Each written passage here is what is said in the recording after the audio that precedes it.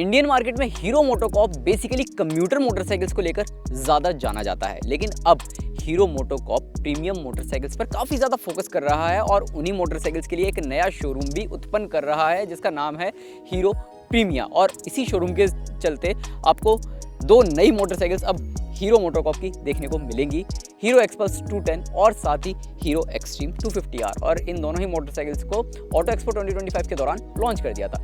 अब पहले हम चला रहे हैं हीरो एक्सट्रीम 250R, तो शुरुआत में आपको इसी का ही रिव्यू मिलेगा, इसके बाद आपको हीरो एक्सपल्स 210 का रिव्यू मिल जाएगा। अब इस बाइक में क्या कुछ खास है और क्या कुछ खास हो सकता था, इस फर्स्ट राइड रिव्यू में आपको पता चल जाएगा। तो दोस्तों, मैं हूं अंकित दुबे और मैं इस बाइक को चलाने आया हूं उदयपुर।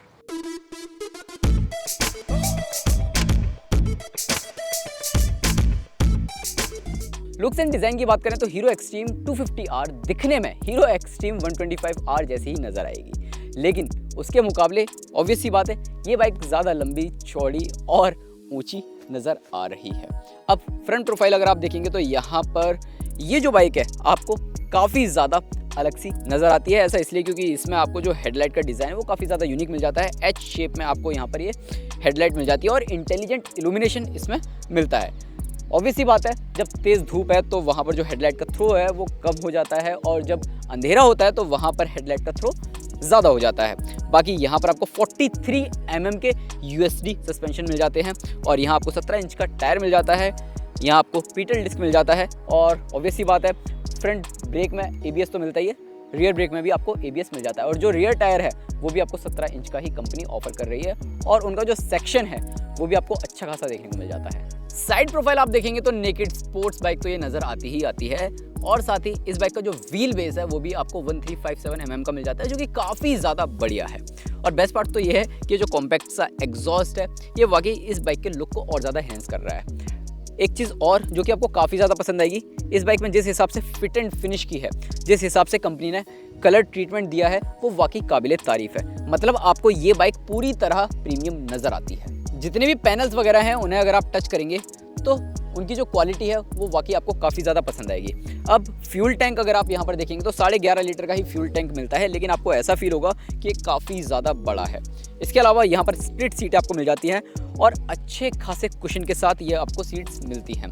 बाकी पीछे की तरफ ये ग्रेव हैंडल्स मिल जाते हैं जो कि स्प्लिट शेप में है और साथ ही यहाँ पर आप देखेंगे तो जो टेल लाइट का डिज़ाइन है वो वाकई काफ़ी ज़्यादा यूनिक है और रेयर से भी ये बाइक काफ़ी ज़्यादा स्पोर्टी नज़र आती है। फ्रंट में तो आपको 320 mm का पेटल डिस्क मिलता है, लेकिन रेयर में भी अगर आप देखेंगे तो 230 mm का पेटल डिस्क मिल जाता है और डुअल चैनल ABS तो है ही। बाकी यहाँ पर पीछे की तरफ आपको गैस चार्ज्ड मोनोशॉक मिल जाता है जो कि 6 स्टेप एडजस्टेबल के साथ आता है, जो कि प्रीलोड एडजस्टमेंट है। ऑल न्यू एक्सट्रीम 250R के अगर हम राइडिंग पोस्चर और एर्गोनॉमिक्स की बात करते हैं तो यहाँ पर आपको कंफर्टेबल एर्गोनॉमिक्स तो मिल जाती है और जो राइडिंग पोस्चर है वो आपको थोड़ा सा एग्रेसिव मिलता है। ऑब्वियस सी बात है, sports street fighter naked version है तो यहाँ पर आप देखेंगे जो हैंडल बार है प्रॉपर स्ट्रेट मिल जाते हैं। मैं हल्का सा लीन हो रहा हूँ और यहाँ पर आप देखेंगे जो मेरे पैर हैं वो हाफ आ रहे हैं क्योंकि मेरी जो हाइट है 5 फीट 4 इंचेस है और जो बाइक की सीट हाइट है वो है 806 mm। तो ऐसे में मैं इस बाइक को आराम से संभाल भी पा रहा हूँ और इसका जो वजन है विदाउट ऑयल वो है 167.7 किलोग्राम।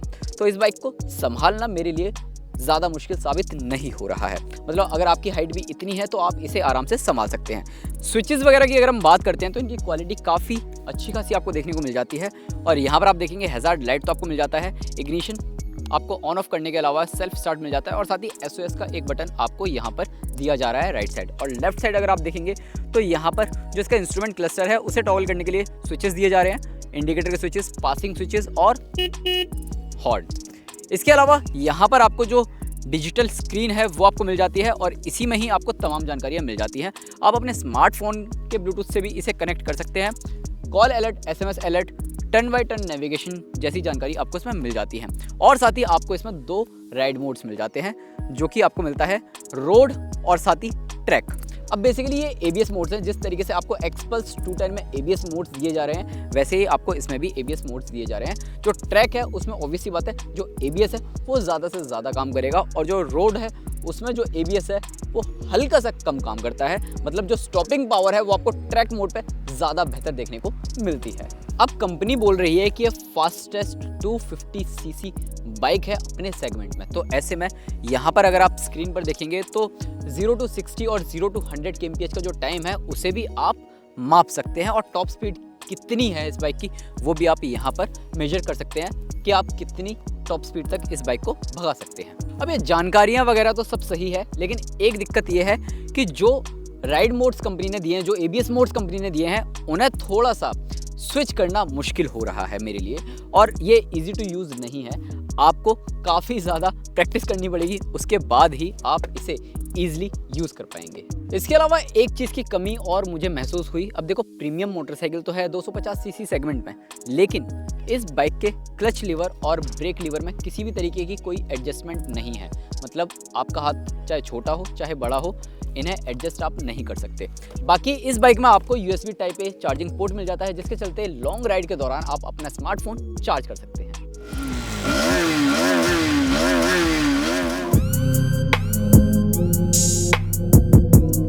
एक्सट्रीम 250R में आप ये जो इंजन देख रहे हैं, ये इंजन पूरी तरह नया है। 4 stroke 4 valve liquid cooled engine आपको मिल जाता है, और ये 249cc का है, 30 PS की पावर और साथ ही 25 न्यूटन मीटर का टॉर्क आपको इसमें मिल जाता है। और जो ट्रांसमिशन है वो भी आपको पूरी तरह नए मिल जाते हैं। 6 स्पीड गियर बॉक्स मिलता है इसमें आपको, जो कि स्लिप एंड असिस्ट क्लच के साथ आता है। अब इस बाइक का जो इंजन है वो वाकई रिफाइंड तो है, लेकिन हाई स्पीड पर आप चलाएंगे तो इस बाइक से आपको अच्छा खासा ग्रंट देखने को मिल जाता है, और इंजन भी थोड़ा सा शोर मचाता हुआ नज़र आता है। अब कंपनी बोल रही है कि 250cc सेगमेंट में काफ़ी ज़्यादा तेज़ ये बाइक नज़र आती है, आपको नज़र आती भी है, लेकिन कहीं कहीं ये आपको अंडर पावर से भी नज़र आती है। यानी आपको उतनी ज़्यादा तेज़ तर्रार ये नज़र नहीं आएगी जितनी ज़्यादा आप सोचेंगे। अब देखो, 0 to 60 और 0 to 100 तो ये तेज़ कर लेती है, लेकिन आप इस बाइक को अगर 120 kmph से ऊपर भगाने की कोशिश करते हैं तो 120 km/h से लेकर 135-140 तक पहुंचने में इसे काफ़ी ज़्यादा वक्त लगता है। मतलब वहाँ पर ये थोड़ी सी स्लो नज़र आती है। बाकी अगर हाईवे पर आप इस बाइक के साथ क्रूज़ कर रहे हैं तो 5000 RPM से लेकर 6000 RPM के बीच आपको स्वीट स्पॉट देखने को मिल जाता है, और उस टाइम इसकी रफ्तार 80 kmph से लेकर 100 kmph तक रहती है, और वहाँ पर ये बाइक आपको अच्छा खासा माइलेज ऑफर करती हुई भी नजर आती है। अब राइड क्वालिटी की बात करें तो जो सस्पेंशंस हैं वो थोड़े से स्टिफर साइड हैं, लेकिन अगर आप तेज़ मोड़ पर मोड़ने की कोशिश करते हैं तो ये बाइक आपके अंदर आत्मविश्वास जगाती हुई नजर आती है। मतलब आपका कॉन्फिडेंस डाउन नहीं होने देती, और वाकई ऐसा भी फील नहीं होता है कि आप एकदम से गिर जाएंगे। इसके अलावा अगर आप थोड़ी बहुत ऊबड़ खाबड़ सड़कों पर भी चला लेते हैं तो वहाँ पर भी ये बाइक आपको बहुत ज़्यादा झटके देती हुई नज़र नहीं आती, लेकिन हाँ, थोड़े बहुत झटके तो आपको ज़रूर मिल जाते हैं। अब जो इंजन है वहाँ से आपको पावर परफॉर्मेंस तो अच्छी खासी देखने को मिल जाती है, लेकिन माइलेज की अगर हम बात करते हैं तो जो माइलेज है वो भी आपको काफ़ी बढ़िया देखने को मिल जाता है। 35 किलोमीटर प्रति लीटर तक का ये गाड़ी आपको माइलेज आसानी से ऑफर कर देगी। अब इस सेगमेंट में अगर आप दूसरी मोटरसाइकिल देखते हैं जो कि KTM 250 ड्यूक है, अब उस बाइक से इस बाइक का सीधा मुकाबला है, तो ऐसे में वो बाइक आपको कम माइलेज देती है, लेकिन उसके मुकाबले ये बाइक आपको थोड़ी सी पावरफुल ज़रूर नज़र आएगी। साथ ही साथ ये बाइक आपको ज़्यादा माइलेज भी ऑफर करती हुई नज़र आएगी। इतना ही नहीं, इस बाइक की जो ब्रेकिंग है वो भी आपको काफ़ी ज़्यादा बढ़िया देखने को मिल जाती है अगर आप कंपेयर करते हैं KTM 250 ड्यूक से। जैसा कि आपको बताया कि 2 लेवल में आपको ABS मोड्स मिल जाते हैं, तो ऐसे में जो ब्रेकिंग है वो भी आपको 2 लेवल में मिल जाती है, और वहाँ पर आप इस बाइक के साथ खुश रहते हैं।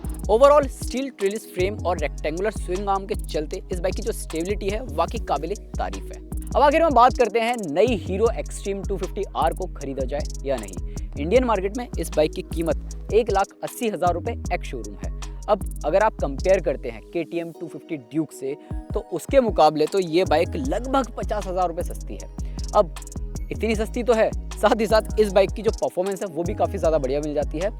इंजन से आपको पावर अच्छी खासी मिल जाती है, माइलेज अच्छा खासा मिल जाता है, राइड क्वालिटी भी आपको निराश नहीं करती, लेकिन फीचर्स की कमी महसूस ज़रूर होती है।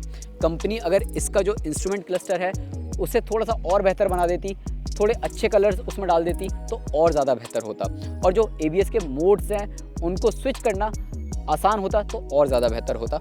बाकी इस बाइक में आपको किसी तरीके की कोई दिक्कत देखने को नहीं मिलती है। ओवरऑल आप बताओ, आपका क्या कहना है नई हीरो एक्सट्रीम 250R को लेकर?